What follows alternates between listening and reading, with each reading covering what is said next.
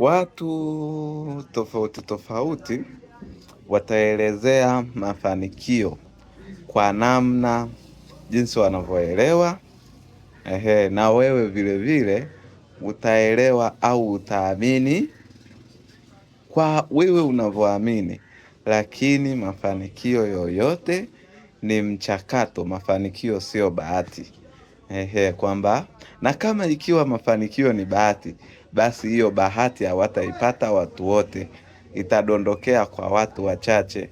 Kwa hiyo ili uweze kufanikiwa kupata kitu ambacho hauna au haukijui, ni lazima uweke mikakati thabiti ya kuweza kufanikisha hicho kitu. Ndiyo.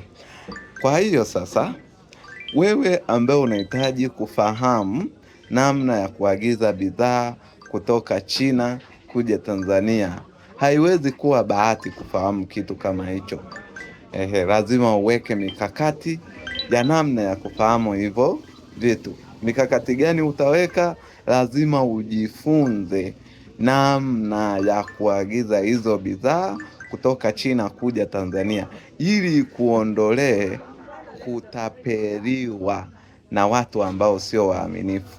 Kwa maana hiyo sasa, sisi tuko hapa kukusaidia, kukupa elimu kuanzia mwanzo mpaka mwisho wa namna ya kuagiza bidhaa kutoka China kuja Tanzania.